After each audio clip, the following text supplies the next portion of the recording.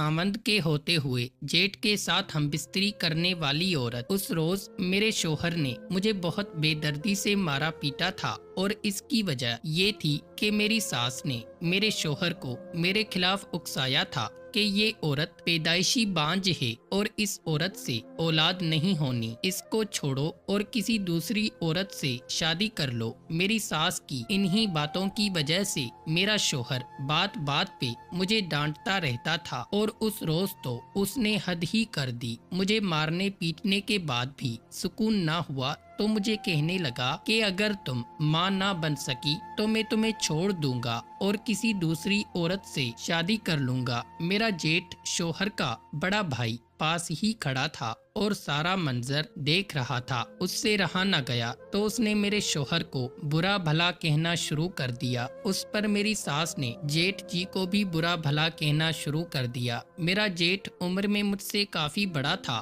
لیکن اس کی شخصیت میرے شوہر سے بالکل مختلف تھی۔ دراصل پہلے پہل تو میرے شوہر کا رویہ بھی میرے ساتھ بہت اچھا تھا، لیکن شادی کے 4 سال گزرنے کے بعد بھی جب کوئی بچہ پیدا نہ ہوا تو اس کا رویہ میرے ساتھ بدلنے لگا تھا۔ میں نے اپنی ساس اور شوہر کے تانوں سے تنگ آ کر اپنا علاج بھی کروایا، لیکن خرابی میرے شوہر میں تھی اور وہ اس بات کو ماننے کے لیے تیار ہی نہیں تھا۔ اس روز میں نے طے کر لیا کہ میں ماں بننے کے لیے کچھ بھی کروں گی۔ اگلے دن ہی میں گھر پر کسی کو نہ پا کر اپنے جیٹھ کے کمرے میں چلی گئی، جو کہ اپنی بیوی کی وفات کے بعد اپنی چند ماہ کی بیٹی کے ساتھ اکیلا رہتا تھا۔ کاکی کیا بات ہے؟ میرا جیٹھ میری طرف دیکھ کر بولا۔ میں نے اس کے سامنے جا کر اپنی چادر اتار دی اور اس کے پیروں میں رکھتے ہوئے بولی، جیٹھ جی مجھے بچہ چاہیے، کچھ بھی کر کے مجھے بچہ دلوا دو، ورنہ میرا گھر برباد ہو جائے گا۔ اب میں اور مار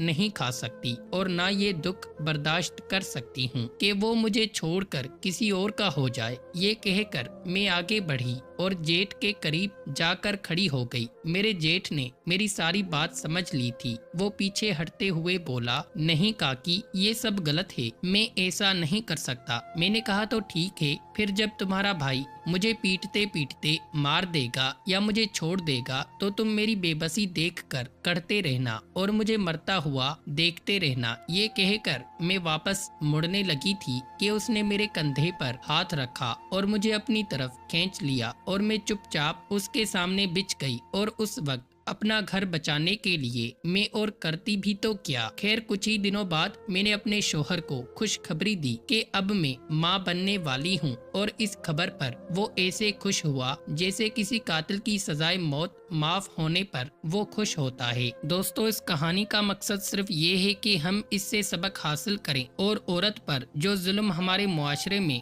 رشتوں کی چکی میں پیس کر کیا جا رہا ہے وہ نہ کیا جا سکے۔ اسے ایسے ہی عزت دینی چاہیے جیسی عزت ہم اپنی بہنوں بیٹیوں کے لیے ان کے سسرال میں طلب کرتے ہیں۔ اسے اس کاموں پر مجبور نہ کیا جائے جو اس کے بس میں نہیں ہوتے۔